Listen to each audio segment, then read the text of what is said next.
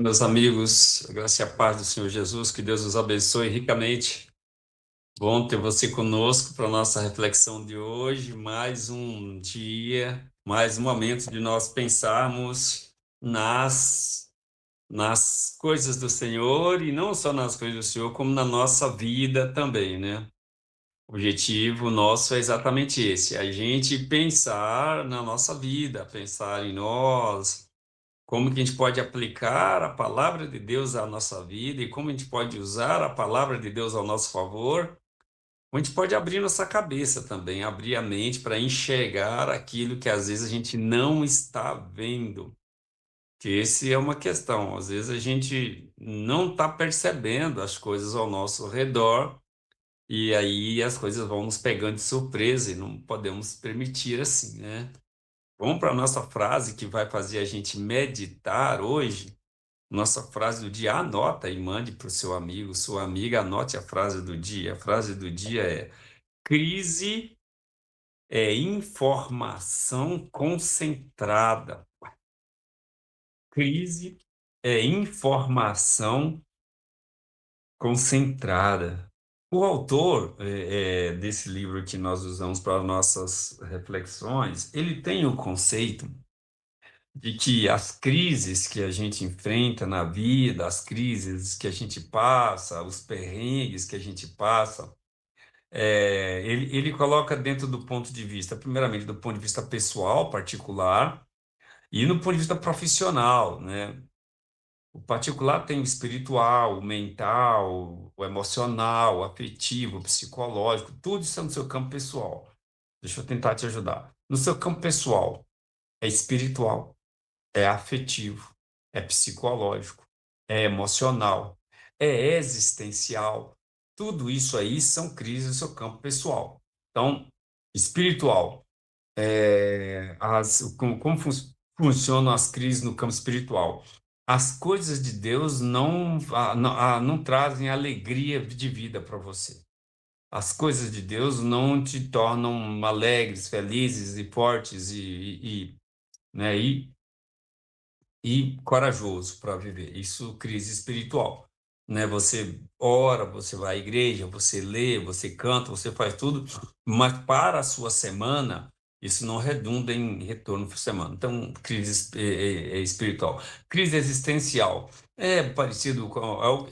Eu entendo que é o que gera a depressão. Para mim, o que a depressão ela é secundária de uma crise existencial, que geralmente é causada por uma vida improdutiva, falta de perspectiva de vida, falta de ter o que fazer, falta de ambição, falta de sonho, falta de. Ou pelo menos de. Você não precisa ter sempre ambição, você não precisa ter sempre sonho, mas você precisa ter uma satisfação, pelo menos, com o que você conquistou na vida.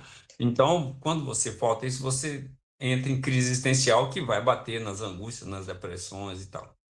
Você tem crise emocional, que é você desregula seus sentimentos, os seus afetos, você ama mal, você gosta mal, você se relaciona mal. Você tem as crises psicanalíticas, que você gere a sua vida em função dos seus traumas, né? Então você é muito defensivo, ou você é muito agressivo, ou você é muito resistente, ou você é muito combativo.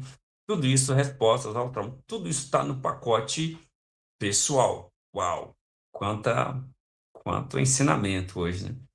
Mas ele também trata crise do ponto de vista profissional, que é a sua vida profissional empaca, você não consegue produzir, você não consegue vender, você não consegue promover, você não consegue sair do atoleiro, enfim, então são áreas que o autor coloca. Nas duas situações, ele pensa sempre que crise não é um fim. Crise não é um desastre, crise não é uma coisa ruim, crise não é um problema. Ele entende que crise é sempre um momento para se repensar, reciclar a gente mesmo, ou a vida, ou o casamento, ou o trabalho que for, e retomar melhor, retomar mais poderoso, retomar com mais coragem, né? Ele entende assim. Então, a crise não é uma situação ruim. A gente só precisa aprender a lidar com ela. Então é isso que ele faz. Por isso que ele diz que crise é informação concentrada, onde ele vai dizer que Você tem muito conhecimento, tem muita informação, tem muita coisa aí, e você não sabe o que fazer com isso. Você não sabe o que lidar com esse potencial enorme que você tem, que às vezes chama você mesmo, né? Você já, não sei se você já teve esse tipo de sentimento que você acha que você poderia ter sido algo melhor, poderia ser alguma coisa melhor, poderia fazer algo melhor, pode ter uma vida melhor, pode ter um emprego melhor, pode ter um salário melhor, pode ter uma vida. Você tem esse tipo de coisa. Então você tem muito potencial, mas acha que é pouco remunerado, pouco recompensado por isso. Então, são informações concentradas. Então, o que a gente pode focar para a gente aqui é: crise não é um problema. Crise não é um problema. Crise equivale para a vida, assim como a dor equivale para o corpo. A dor não é um problema. Você não pode eliminar a dor. E por que você não pode eliminar a dor? Porque se você eliminar a dor, você perde o membro inteiro. Então, se sua perna está doendo, ela está te avisando que tem algo para se mexer. Sua cabeça está doendo, está te avisando que tem algo para você olhar. A dor é um sintoma, tem sinais e sintomas na enfermagem, mas sim, a dor é um sinal, um sintoma de que alguma coisa precisa ser olhada ali, né? Alguma coisa está acontecendo. Às vezes pode não ser nada, mas às vezes pode ser alguma coisa. A crise é a mesma coisa. A crise é um sinal, é um sintoma de que, olha isso aqui, mexe isso aqui.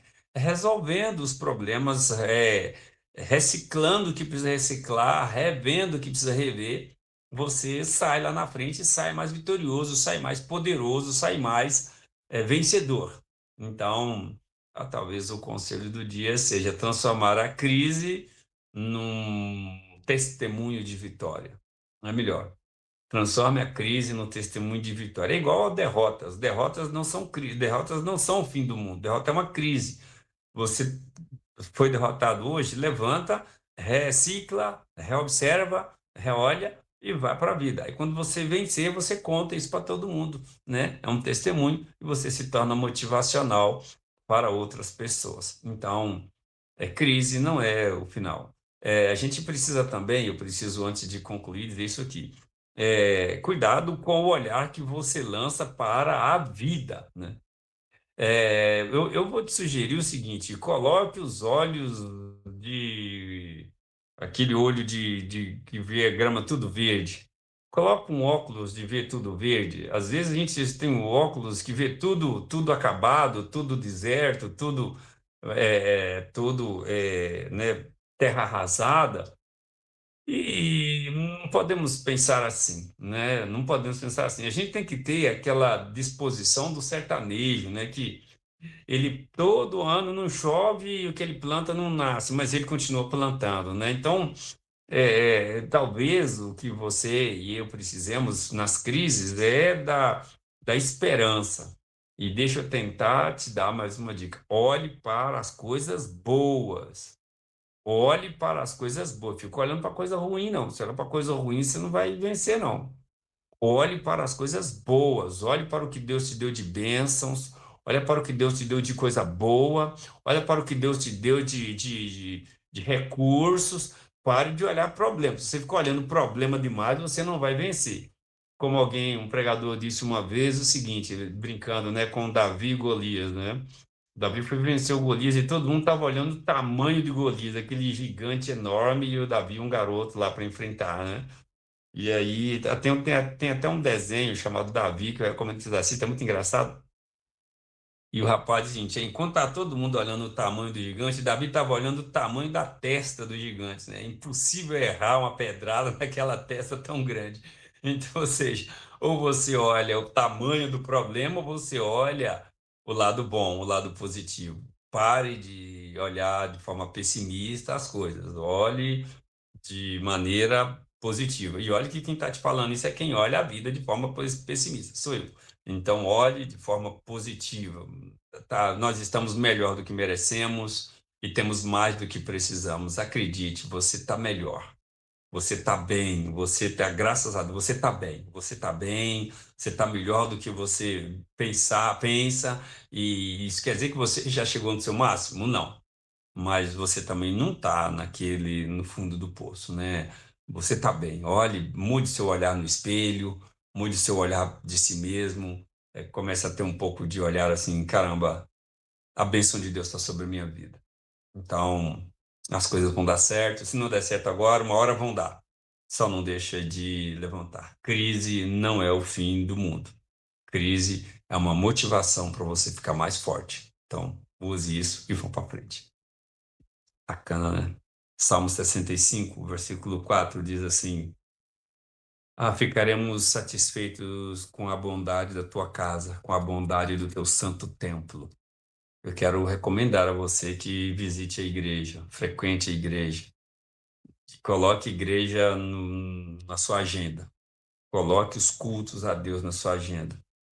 Para que serve a igreja? Você vai ver ali a bondade de Deus sobre a sua vida.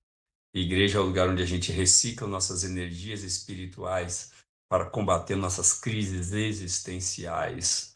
Igreja onde a gente vai, ouve o que é de Deus, ouve o ensinamento de Deus, a gente vai enfrentar a vida, porque a vida está aí para nos desafiar a cada semana. Então, busque a bondade de Deus no seu santo templo. Fica essa recomendação aí para você e vamos orar. Senhor, obrigado pelas suas bênçãos. Obrigado pela tua bondade, obrigado pela tua misericórdia, obrigado porque o Senhor é tremendo. Sustenta-nos, ó Deus, que nós não enxerguemos as crises como a pior coisa do mundo, as coisas mais difíceis do mundo, as coisas mais problemáticas do mundo, Senhor. Ao contrário, que nós possamos ver isso como um momento de luta, de vitória, de esforço para chegarmos à vitória, Senhor. Ajude-nos a lidar com as crises existenciais, com as crises pessoais, como a gente disse, Senhor Deus, crises pessoais. Isso o teu Espírito Santo pode nos ajudar, a tua palavra santa pode nos ajudar, a fé pode nos ajudar, Senhor Deus, e pode nos recuperar, ó Senhor. E ajude-nos nas crises profissionais, nas crises práticas, Senhor Deus, que nós não desanimemos da nossa carreira, da nossa vida profissional, de fazer coisas, de propor, Senhor Deus, um caminho profissional para a nossa vida. Que nós também não sejamos idólatras de amar o dinheiro, idolatrar a carreira, idolatrar a profissão, idolatrar nós mesmos, mas ao contrário, que nós sejamos teus servos e que tudo que tivermos que ser seja para glorificarmos o teu nome e servirmos ao Senhor e às pessoas. Obrigado por tantas bênçãos, que hoje seja um dia que o teu cuidado seja percebido por nós. Cuide daqueles que estão doentes, daqueles que estão tristes, daqueles que estão desanimados, daqueles que estão prostrados, daqueles que estão enfrentando lutas e mais lutas. Que o Senhor possa dar a eles um refresco e começar a mostrar-lhes saídas para a vida difícil em que porventura estejam. Que o Senhor cuide de nós e confiamos em Ti sempre, em nome de Jesus. Amém. Pai nosso que está no céu, santificado seja o Teu nome, venha o Teu reino, seja feita a Tua vontade, assim na terra como no céu. O pão nosso de cada dia dá-nos hoje, perdoa as nossas dívidas, assim como nós perdoamos os nossos devedores.